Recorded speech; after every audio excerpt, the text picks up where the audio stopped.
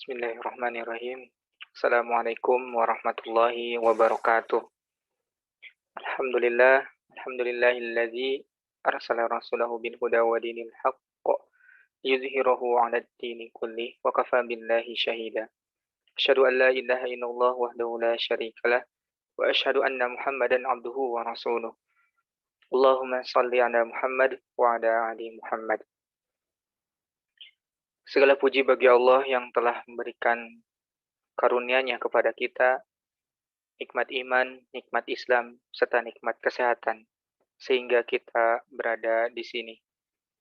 Tidak lupa selawat serta salam kita curahkan kepada junjunan Nabi kita, Nabi Muhammad Sallallahu Alaihi Wasallam, kepada keluarganya, kepada sahabatnya, serta kepada kita umatnya hingga yaumil akhir.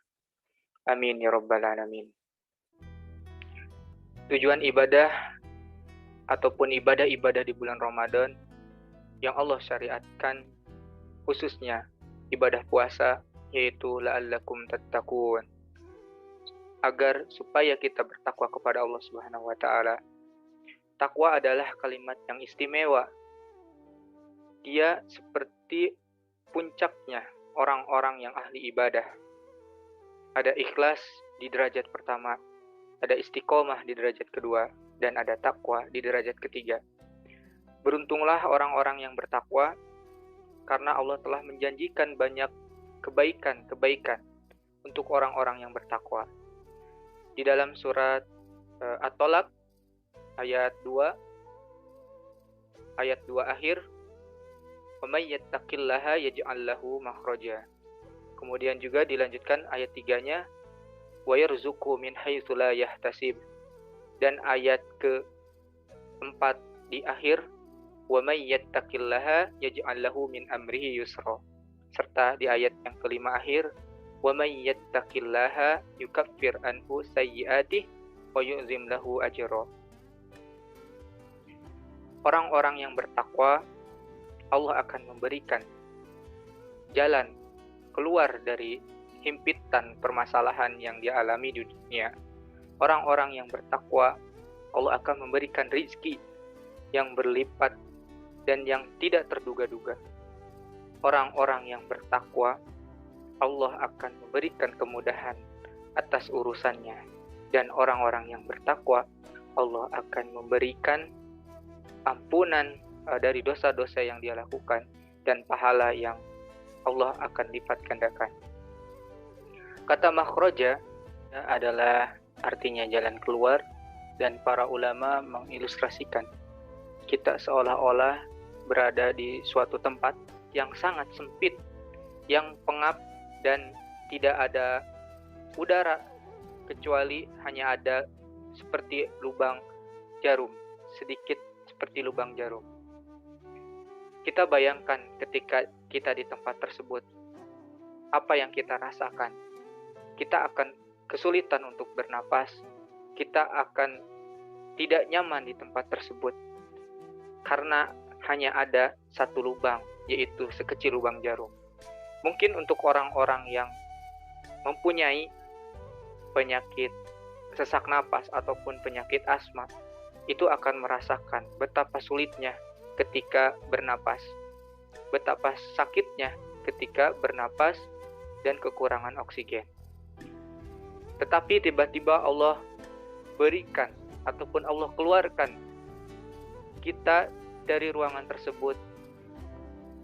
Kita seolah-olah ada di tanah lapang yang luas, dan kita menghirup oksigen yang segar, yang sejuk, yang berbeda dengan tempat yang tadi yang sempit. Kenyamanan, kemudahan, dan itulah makhraja. Adapun yang kita alami dalam kehidupan kita, kita dihimpit oleh ekonomi, kita dihimpit oleh pertemanan ataupun pekerjaan, kita dihimpit oleh perasaan-perasaan dari orang lain. Kemudian Allah berikan kelapangan rezeki, Allah berikan perasaan dan kesenangan, Allah berikan kebesaran-kebesaran hati kepada orang-orang yang terdekat kita, dan itulah makhraja.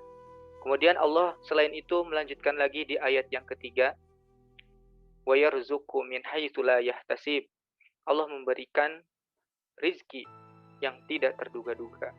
Mungkin kita berpikirnya rizki tersebut itu dari pekerjaan ataupun dari orang yang berhutang kepada kita, kemudian orang tersebut membayarkan, ataupun kita mendapatkan dari perdagangan-perdagangan yang kita lakukan. Maka bukan itu yang Allah maksud, tetapi rizki-rizki yang tidak kita duga-duga ataupun tidak kita pikirkan sebelumnya itu datang ke dalam kehidupan kita. Ataupun juga keturunan-keturunan yang soleh dan solehah. Sebagai contoh, Nabi Yakub mempunyai putra yang soleh, yaitu Nabi Yusuf. Kemudian juga Nabi Ibrahim mempunyai keturunan yang soleh, yaitu Ishak dan Ismail. Dan Nabi Daud mempunyai keturunan yang soleh, yaitu Nabi Sulaiman. Mereka itu semuanya orang-orang yang soleh yang Allah kirimkan kepada orang yang bertakwa.